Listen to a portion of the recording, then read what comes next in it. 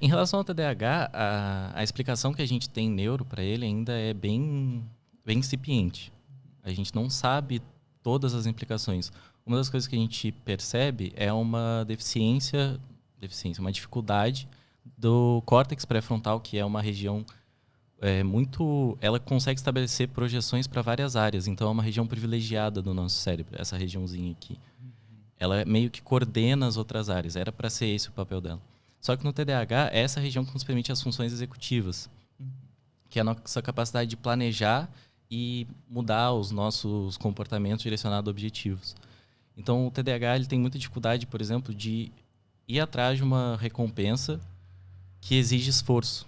Porque para a gente conseguir buscar uma recompensa que exige esforço, a gente precisa da ação da dopamina na via mesocortical. Ela vem aqui da área tegmentar ventral e vai até o nosso córtex pré-frontal. Para o pessoal poder ver, assim, é porque a sua câmera é essa daqui. Então, você pode usar outra parte para explicar, entendeu? Tá. No caso, o seu beleza. lado esquerdo. Entendeu? Perfeito. Isso.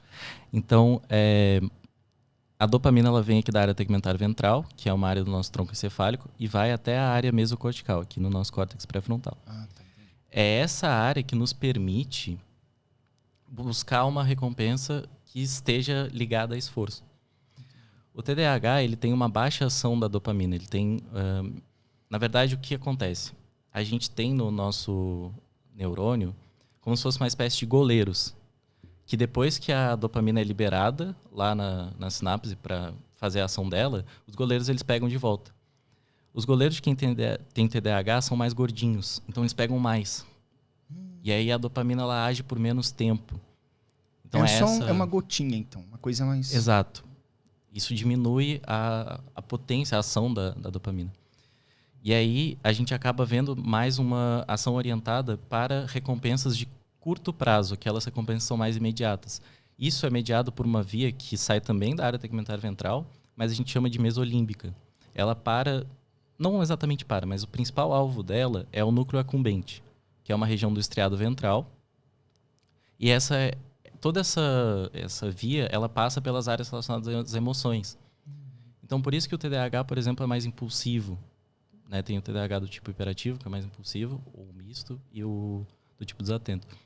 Mas é justamente por causa dessa prevalência dessa circuitaria mais emocional e mais voltada para recompensas de curto prazo do que por essa via mesocortical do córtex pré-frontal, que consegue modular mais isso. Entendi. E a gente tem até um conceito que a gente chama de atraso de desconto, que é o seguinte: quando a gente está orientado a uma recompensa, quanto mais passa tempo, menos a gente tende a valorizar ela. A gente dá mais valor para recompensas menores no espaço do que para recompensas maiores. O TDAH tem maior atraso de desconto. Então, você, por exemplo, eu te ofereço R$100 hoje ou R$200 daqui a uma semana. Melhor hoje. Pois é, o TDAH ele prefere hoje, Sim. mas vai ter muita gente que vai preferir daqui a uma semana os 200, que Porque dobra. vai entender que é o dobro, dá para esperar um pouquinho. Exato. Exatamente. Caraca. Então, realmente, isso é uma coisa muito... Isso modula o nosso comportamento. Com certeza, com certeza. O nosso comportamento, ele é uma coisa que eu queria falar que eu acho muito importante. O nosso comportamento ele é modulado pelo ambiente, diretamente pelo ambiente, pela cultura. A cultura vai servir mais ou menos como ambiente. Nosso comportamento ele também vai ser modulado indiretamente por pistas ambientais e, no final, ele vai ser produto da interação que a gente faz com o meio ambiente, da interpretação que a gente tem com a realidade interagindo com esse meio ambiente. Então, é isso que explica, por exemplo, pessoas que estão em situações super estressantes e conseguem prosperar, e pessoas que estão numa situação mais tranquila, digamos assim, elas não têm tantas preocupações, não têm tanta insegurança física ou emocional, e mesmo assim elas não conseguem ir bem. Porque tem muito a atividade da interação que você faz com o meio. Então, o que seria um ambiente estressante para quase todo mundo, por exemplo? Um empresário, quando ele começa, ele tem às vezes que trabalhar sozinho, fazer o papel de todo mundo da empresa dele, trabalhar de 10, 12, 14 horas num dia, às vezes. Aquilo vai ser o que ele espera ser o sustento dele no futuro. E é uma recompensa super incerta. isso gera ansiedade, porque a ansiedade está ligada com a imprevisibilidade, com a incerteza sobre o futuro e com a insegurança. Então, eu não sei se o meu futuro vai me prover o que eu preciso. Não sei se eu vou ter as minhas necessidades atendidas. Só que ele consegue passar por aquilo. Ele consegue passar e voa. Tem gente que não, vai quebrar. Vai começar, vai ver todas aquelas dificuldades e vai quebrar.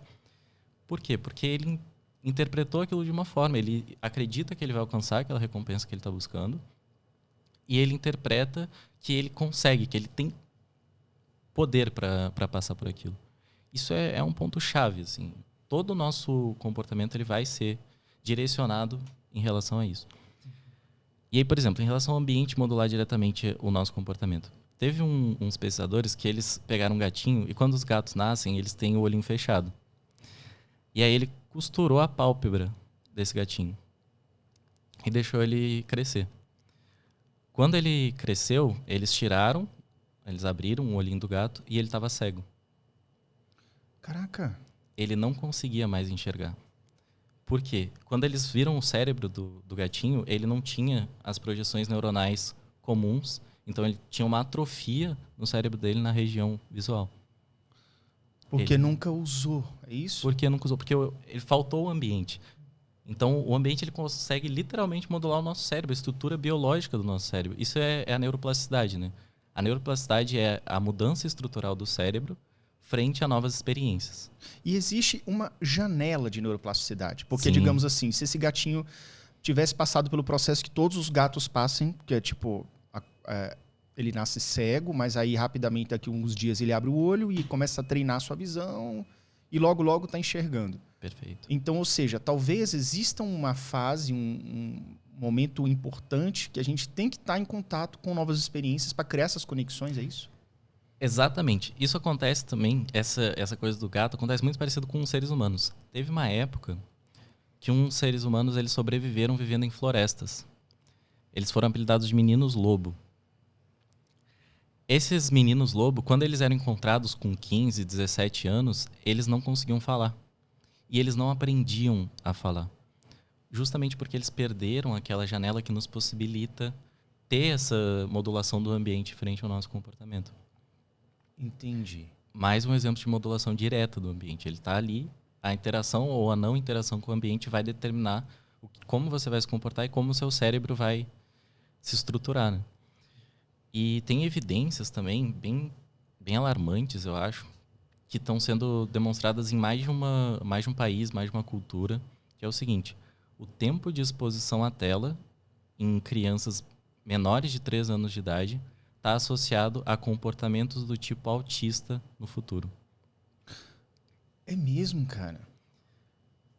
Se não me engano, mais de 3 horas de exposição à tela já começa a ter um aumento nessa chance da pessoa desenvolver comportamentos do tipo autista um pouquinho mais para frente, na idade pré-escolar. Entendi. O que me deixa bastante intrigado é que eu acredito que tenha todas essas questões envolvendo o ambiente, elas têm uma predisposição genética, eu imagino. Sim. Mas, de fato, o ambiente ele realmente modula bastante. Então, o que você acha que poderia ser o ideal no desenvolvimento de uma pessoa neurotípica? Sim. Não sabemos o que ela tem ainda. Talvez uma exposição menor, talvez procurar atividades mais lúdicas, de pegar, de mexer. O que você acha que é mais bacana assim, com relação a esse entendimento do mecanismo da plasticidade cerebral? Então, para crianças, a gente tem que estimular elas ao máximo, a gente tem que estimular os sentidos dela. Porque tudo que ela vai tocar, tudo que ela vai pegar de novo é algo novo, ela aprende algo novo. A criança gosta muito de botar coisa na boca, por quê? Porque ela está estimulando a nossa região bucal e das mãos, são as regiões que mais têm sensibilidade no nosso cérebro, junto com os órgãos genitais. Então a criança ela precisa ter novos estímulos ali recebendo. E a gente também não pode bombardear crianças de estímulos, a gente tem que ir aos poucos para ela poder interagir bem com aquilo. Por exemplo, tem gente que dá vários brinquedos para a criança, isso não é bom. Porque a criança não sabe com o que brincar, às vezes ela fica estressada, por exemplo, tem muita informação, a criança ela está aprendendo, ela está algo novo. Então, vai aos poucos, para que ela consiga ir pegando todas essas experiências e se modulando e aprendendo. E o celular, as telas, elas são muito pouco estimulantes, né? É um negócio que a gente só olha e toca pouquinho, não tem textura, não tem dimensão, profundidade, que a gente precisa de tudo isso, a gente precisa absorver tudo isso. E é importante para a criança também ter interações sociais. O mundo social é um dos que mais molda assim, a gente. Eu tinha falado que a gente também é modulado indiretamente pelo ambiente. Né? Olha só. Tem experimentos em psicologia social. Tem um experimento que foi o seguinte. Eles pegaram uma recepção, era como se fosse uma recepção oftalmológica, e colocaram, tinha 2 fileiras. Uma fileira de cadeiras aqui e uma fileira com 2 cadeiras aqui. Oftalmológica. Eu acho que era oftalmológica, mas isso não Tá, não importa, muda. era só uma recepção. Certo. Uhum. E aí tinha vários atores ali que sabiam da pesquisa, ocupando essas cadeiras. De repente entra uma participante que não sabe do que está acontecendo e senta naquela cadeirinha que tinha uma fileira com 2 cadeiras. Tinha uma senhora aqui e ela senta aqui. Aí toca um bip, todo mundo se levanta e se senta. Os atores. Os atores, isso, os atores. Aí ela olha assim. Beleza. Passa mais um tempinho, toca outro bip. Todo mundo se levanta, coisa de 2 segundos, assim. Se levanta e se senta. No terceiro bip, ela olha todo mundo se levantando e vai junto. Ela se levanta e se senta.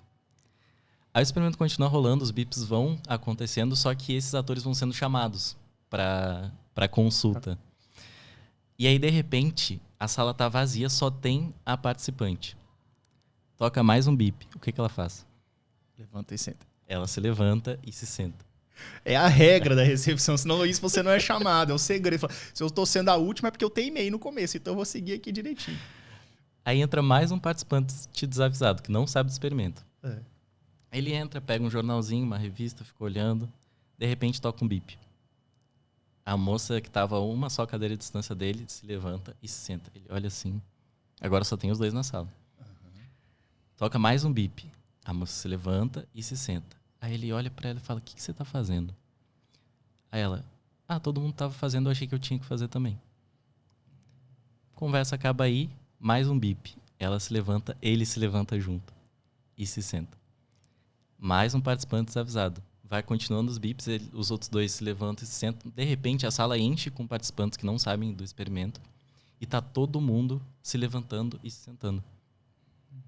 Por conformidade social. Ninguém ali sabe por que eles estão fazendo isso. Ninguém sabe o que levou aquele comportamento. Mas ninguém todo questiona, mundo tá fazendo. né? Ele questionou, mas bastou aquela explicação do todo mundo estava fazendo, achei que tinha que fazer. Pronto. Cara.